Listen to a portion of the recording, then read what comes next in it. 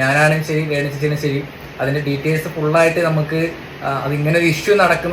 ഇപ്പോൾ നമ്മുടെ നാട്ടിൽ ഇങ്ങനെ ഒരു ഇഷ്യൂ നടക്കുന്നുള്ള കാര്യം ഞങ്ങൾക്ക് സത്യം പറഞ്ഞാൽ പേഴ്സണലായിട്ട് ഞങ്ങൾക്ക് രണ്ടാൾക്കാർക്കും അറിയില്ലായിരുന്നു. സോഷ്യൽ മീഡിയക്കകത്ത് നിറഞ്ഞു നിൽക്കുന്ന രണ്ട് പേർ സോഷ്യൽ മീഡിയക്കകത്ത് ഇത്രത്തോളം പ്രചണ്ഡമായിട്ട് നടക്കുന്ന ഒരു സ്കാമിനെ കുറിച്ച് അറിഞ്ഞിട്ടില്ല എന്ന് പറഞ്ഞു കഴിഞ്ഞാൽ എന്താ? ഇപ്പോൾ ക്ഷമാപണം ഞങ്ങളോടല്ല ചോദിക്കേണ്ടത്, മെഹന്തി ആർട്ടിസ്റ്റിനോടാണ് ചോദിക്കേണ്ടതെന്ന് പലരും കമന്റ് ചെയ്തിട്ടുണ്ടായിരുന്നു. ഞങ്ങൾ മെഹന്തി ആർട്ടിസ്റ്റിനെ നേരിട്ട് കണ്ട് നമ്മുടെ ക്ഷമ അറിയിച്ചതാണ്. ഒരിക്കൽ കൂടി ഈ പ്രാങ്ക് കാരണം ആ മെഹന്തി ആർട്ടിസ്റ്റിനുണ്ടായ മാനസിക ബുദ്ധിമുട്ടിന് ഞങ്ങൾ ഒരുമിച്ച് ക്ഷമ ചോദിക്കുന്നു.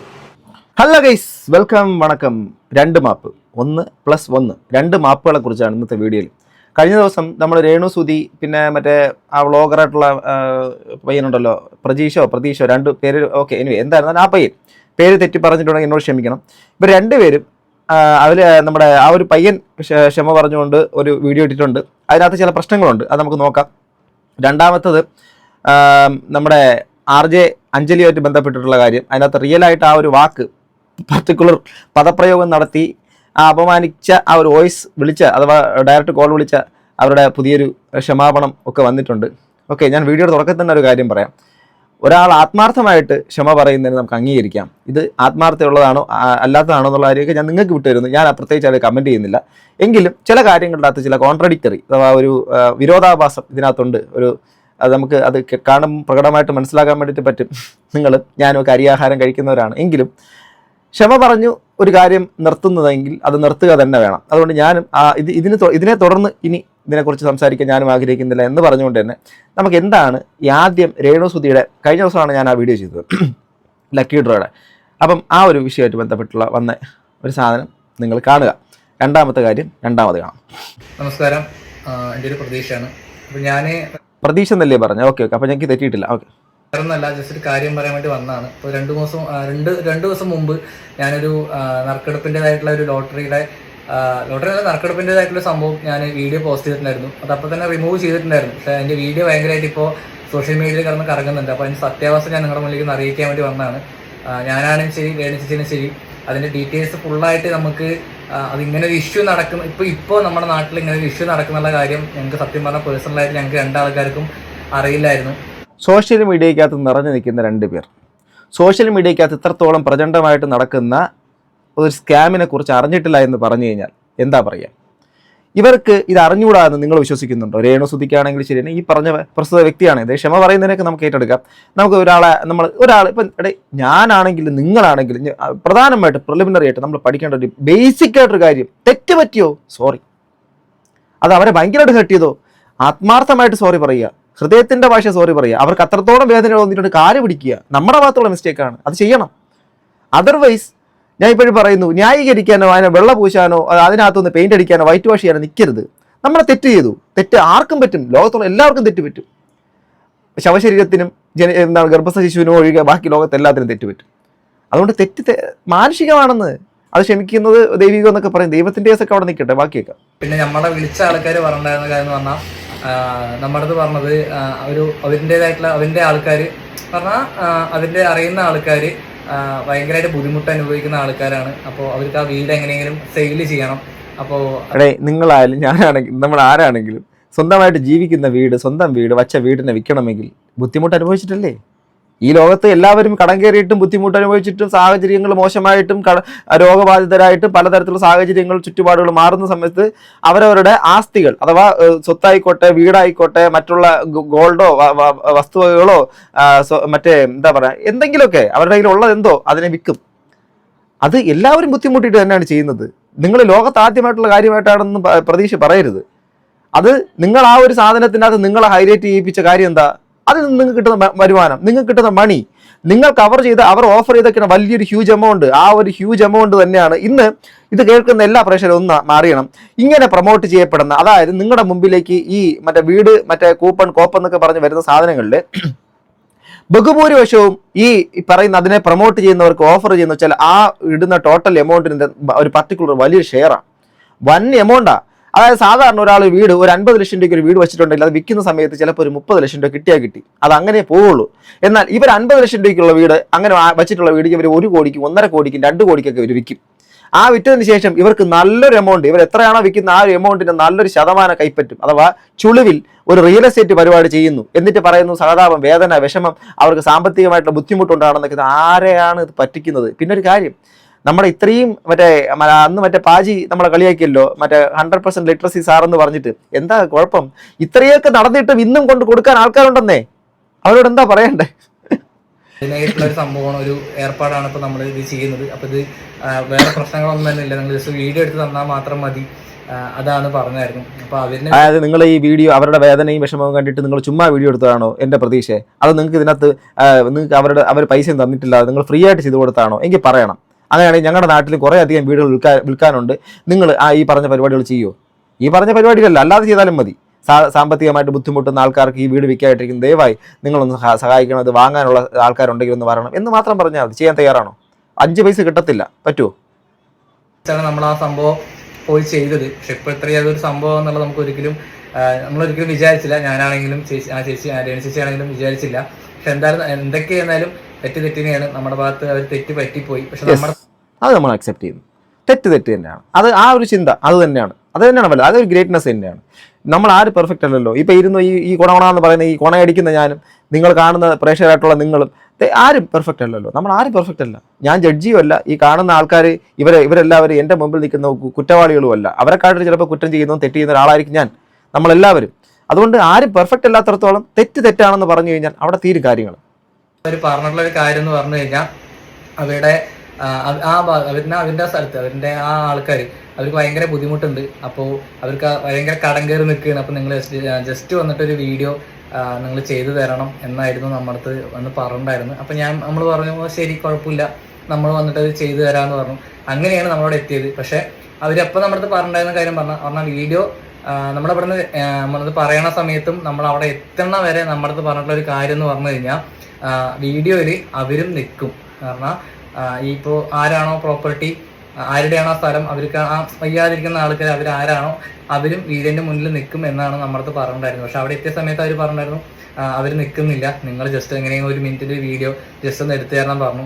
വേറെ നമുക്ക് നിവർത്തി ഉണ്ടായിരുന്നില്ല. കാരണം അത്ര നേരം നമ്മളും വിചാരിച്ചത് അവർ നിൽക്കും എന്ന് വിചാരിച്ചിട്ടാണ് നമ്മൾ ഇത് ഓക്കെ പറഞ്ഞിട്ട് നമ്മൾ പോയത്. പക്ഷെ അവർ പറഞ്ഞത് അവരവിടെ എത്തിയ സമയത്ത് നമ്മുടെ അവർ നിൽക്കുന്നില്ല എന്ന് പറഞ്ഞു. ശരി, എന്തായാലും വന്നതല്ലേ കൊണ്ട് നമ്മൾ വീഡിയോ എടുത്തിട്ട് നമ്മൾ പോസ്റ്റ് ചെയ്തപ്പോൾ ഒരു ഏറിപ്പോയി ഒരു 4 മണിക്കൂറിനുള്ളിൽ തന്നെ 4-5 മണിക്കൂറിനുള്ളിൽ തന്നെ നമ്മൾ ആ വീഡിയോന്റെ ഗൗരവം മനസ്സിലാക്കി നമ്മുടെ ആ തെറ്റ് മനസ്സിലാക്കിയിട്ട് നമ്മളത് ഡിലീറ്റ് ചെയ്ത് കളഞ്ഞായിരുന്നു. ഓക്കെ, ഇവിടെയാണ് പ്രധാനപ്പെട്ട പോയിന്റ്. ഇപ്പം റിയാക്ഷൻ ചാനൽസും മറ്റുള്ള പല ആൾക്കാരും പ്രേക്ഷകരും പ്രതികരിച്ച് തുടങ്ങി. ഇത്രയും ദിവസത്തിന് ശേഷം നിങ്ങൾ തന്നെ പറഞ്ഞു 2-3 ദിവസത്തിന് മുമ്പ് ചെയ്തൊരു വീഡിയോ ആണെന്ന്. 2 ദിവസത്തിന് മുമ്പ് 4 മണിക്കൂർ മാത്രം ഇട്ട വീഡിയോ പ്രചരിക്കപ്പെടും അല്ലെങ്കിൽ പ്രചരിക്കപ്പെട്ടു എന്നുള്ള കാര്യം മനസ്സിലാക്കി അത് തെറ്റ്, അത് ചെയ്തു, അതിന് മുൻപ് അറിഞ്ഞുകൂടാന്ന് പറയുന്ന ഭാവേന പറഞ്ഞു. ശരി, ആ ഒരു ക്ഷമ ഇപ്പോഴാണോ പറയേണ്ടത്? ഈ ദിവസങ്ങളിലാണോ, ഇന്നാണോ പറയേണ്ടത്? ഞാൻ പോലും ഇന്നലെയാണ് വീഡിയോ ചെയ്തത്. അതിന് മുമ്പേ പല യൂട്യൂബേഴ്സ്, നമ്മുടെ പ്രിയപ്പെട്ട സുഹൃത്തുക്കളൊക്കെ വീഡിയോ ചെയ്തിട്ടുണ്ടായിരുന്നു. അപ്പം നിങ്ങൾ ഇന്നാണോ ക്ഷമ ചോദിക്കേണ്ടത്? അന്നേ ക്ഷമ ചോദിക്കേണ്ടത്? എത്ര വീഡിയോസ് വന്നിട്ടുണ്ട്? അപ്പം നിങ്ങൾ ഇതിന് മുമ്പേ ഇതിനെക്കുറിച്ച് നിങ്ങൾ ക്ഷമ ചോദിക്കേണ്ടതല്ലേ? ഇതെല്ലാം കഴിഞ്ഞിട്ട് ഇപ്പോഴാണോ നിങ്ങളൊന്ന് ക്ഷമ ചോദിക്കുന്നത്? അതെന്താ ഇപ്പോൾ ഒന്ന് ക്ഷമ ചോദിക്കാനുള്ള പ്രധാനപ്പെട്ട കാരണം? ഇതാണ് സംഭവിച്ചിട്ടുള്ളത്. നമ്മൾ പേഴ്സണലായിട്ട് ഞാൻ പറയുകയാണെങ്കിൽ നമുക്ക് കറക്റ്റായിട്ട് ഇതിനെക്കുറിച്ച് അറിയില്ലായിരുന്നു. ഒരാളുടെ ഒരു വിഷമവും സങ്കടവും കേട്ട സമയത്ത് നമ്മൾ അത് ചെയ്തതാണ്. എടേ, വിഷമവും സങ്കടവും ഒക്കെ ഉള്ള ആൾക്കാർ ദയവായി അദ്ദേഹത്തിന് കോൺടാക്ട് ചെയ്യുക. സീരിയസ്ലി, അദ്ദേഹം സഹായിക്കും നിങ്ങളെ. ഞാനാ പറയുന്നത്, വാക്കാണ്, പുള്ളി പറഞ്ഞ് നിങ്ങൾ കേട്ടതല്ലേ. കൊടുത്തതാണ്. പക്ഷെ ഇത്രയും വലിയൊരു സംഭവങ്ങളാണ്, അല്ല ഇത്രയും കുറെ ആൾക്കാർ എന്നെ വിളിച്ചിട്ട് അതിന്റെ ഗൗരവത്തോടുള്ള കാര്യങ്ങൾ പറഞ്ഞപ്പോഴാണ് അതിന്റെ പ്രശ്നങ്ങളും അതിന്റെ ബാക്കിലുള്ള സംഭവങ്ങളെല്ലാം ഞാൻ മനസ്സിലാക്കിയത്. ഇത്രയും കാര്യങ്ങൾ പറയാൻ വേണ്ടിയിട്ടാണ് ഞാൻ ഈ വീഡിയോ ആയിട്ട് നിങ്ങളുടെ മുന്നിലേക്ക് വന്നത്. ഞാനും ആ ചേച്ചിയും കറക്റ്റായിട്ട് കാര്യങ്ങൾ കറക്റ്റായിട്ട് അറിഞ്ഞിട്ടുണ്ടായിരുന്നില്ല. ഒരാളെ ഹെൽപ്പ് ചെയ്യാന്നുള്ള രീതിക്ക് മാത്രമാണ് നമ്മളത് ചെയ്തത്. നമുക്കതിനെ കുറിച്ച് അങ്ങനെ അറിയത്തില്ല. നമ്മളൊരാളുടെ വിഷമം കണ്ട സമയത്ത് ഇങ്ങനെയാണ് അതിന്റെ സിറ്റുവേഷൻ, അപ്പോൾ നമ്മൾ വീഡിയോ ചെയ്യണമെന്ന് പറഞ്ഞ സമയത്ത് നമ്മൾ ചെയ്തു കൊടുത്താണ്.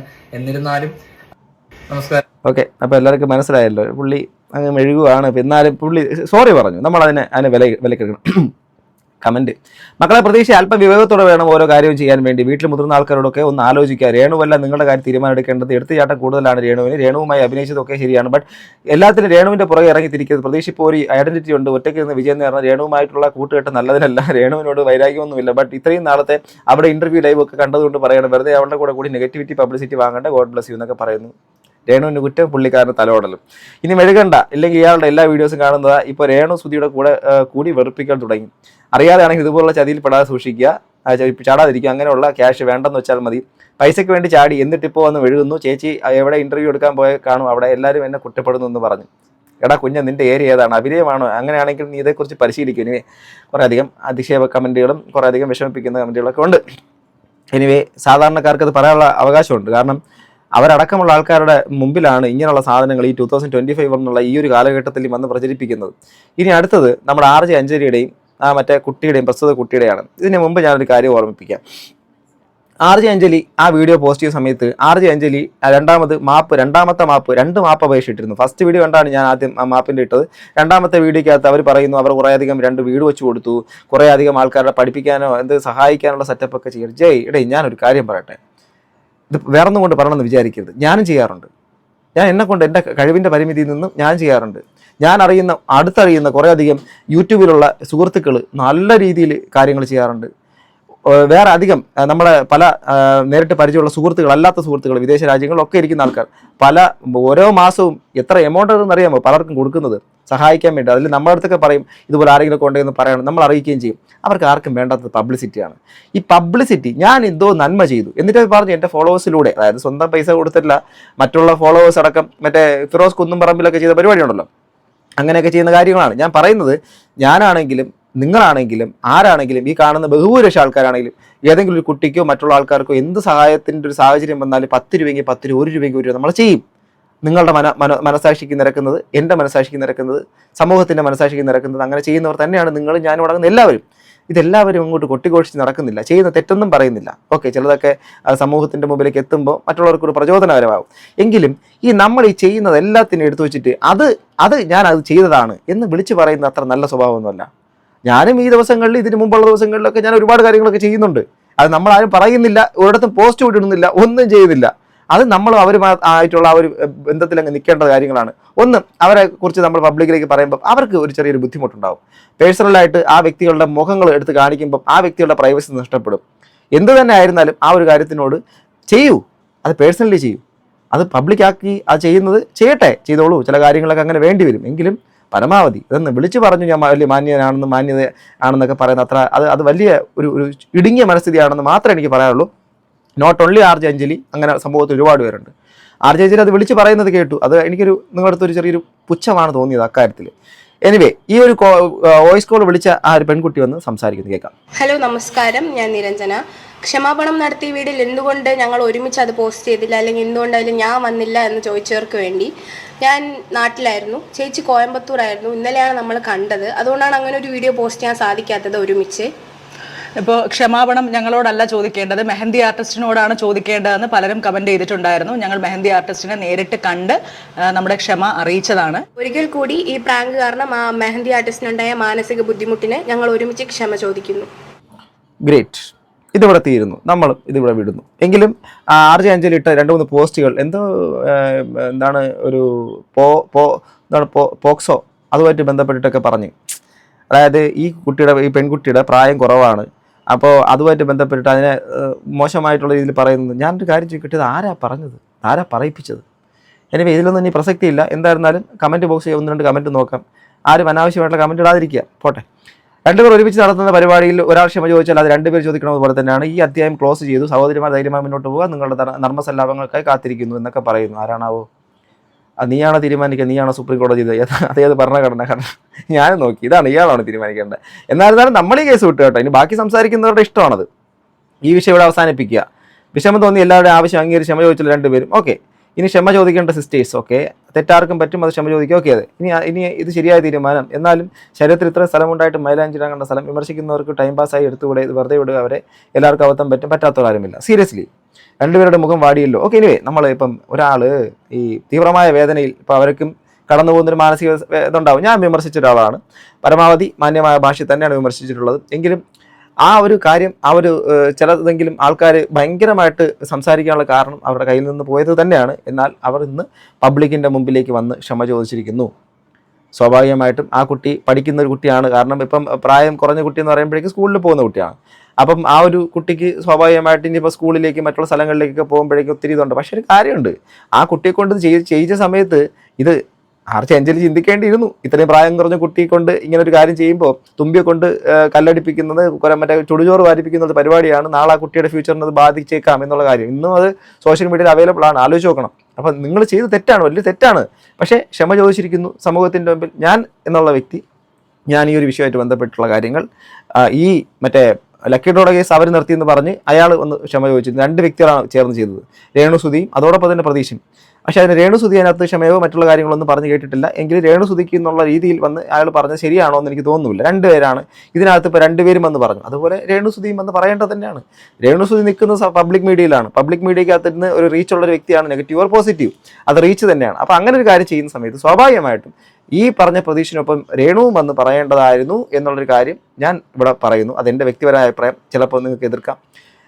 അല്ലാതെ മറ്റുള്ള അവർക്ക് ഇപ്പം ഡാൻസ് കളിക്കണം, പാട്ട് പാടണം, അഭിനയിക്കണം, അല്ലെങ്കിൽ അവർക്ക് എന്ത് ഡ്രസ്സ് ഇടണം, അവരുടെ ഇഷ്ടങ്ങളുടെ പുറകെ സഞ്ചരിക്കണം, അവർക്ക് ആഗ്രഹമുള്ള ചെയ്യണം, ഒരു വിധവയാണെന്ന് പറഞ്ഞ് വീട്ടിനകത്തിരിക്കേണ്ട കാര്യമൊന്നുമില്ല. അങ്ങനെ അടക്കമുള്ള കാര്യങ്ങളുടെ അകത്ത് അവരുടെ ആ ഒരു കാര്യത്തിന് ഒരു വ്യക്തി എന്നുള്ള നിലയ്ക്ക് അവർക്ക് ഇന്ത്യൻ ഭരണഘടന നൽകുന്ന സ്വാതന്ത്ര്യത്തിനെ ഞാൻ ബഹുമാനിക്കുന്നു. സോ ഇത്രയേ ഉള്ളൂ പറയാൻ. നിങ്ങളുടെ അഭിപ്രായം. നമ്മൾ ഈ വിഷയം ഇവിടെ വിടുന്നു. ഓക്കെ, നമുക്ക് അത് ജീവിക്കട്ടെ. മനുഷ്യന്മാർ ജീവിക്കേണ്ടതാണ്. തെറ്റുകൾ ആർക്കും പറ്റും, നിങ്ങൾക്ക് എല്ലാവർക്കും പറ്റും. അപ്പോൾ നമുക്ക് തെറ്റുകൾ പറ്റിക്കോട്ടെ, എന്നാൽ അത് തെറ്റി തിരുത്താനുള്ള ഒരു അവസരം കൂടെ കൊടുക്കുക എന്നുള്ളത് മാത്രമാണ്. നിങ്ങളുടെ അഭിപ്രായം താഴെ കമന്റ് ബോക്സിൽ രേഖപ്പെടുത്തുക. അടുത്തൊരു വീഡിയോ വീണ്ടും കാണുന്നു ഗൈസ്. ബൈ.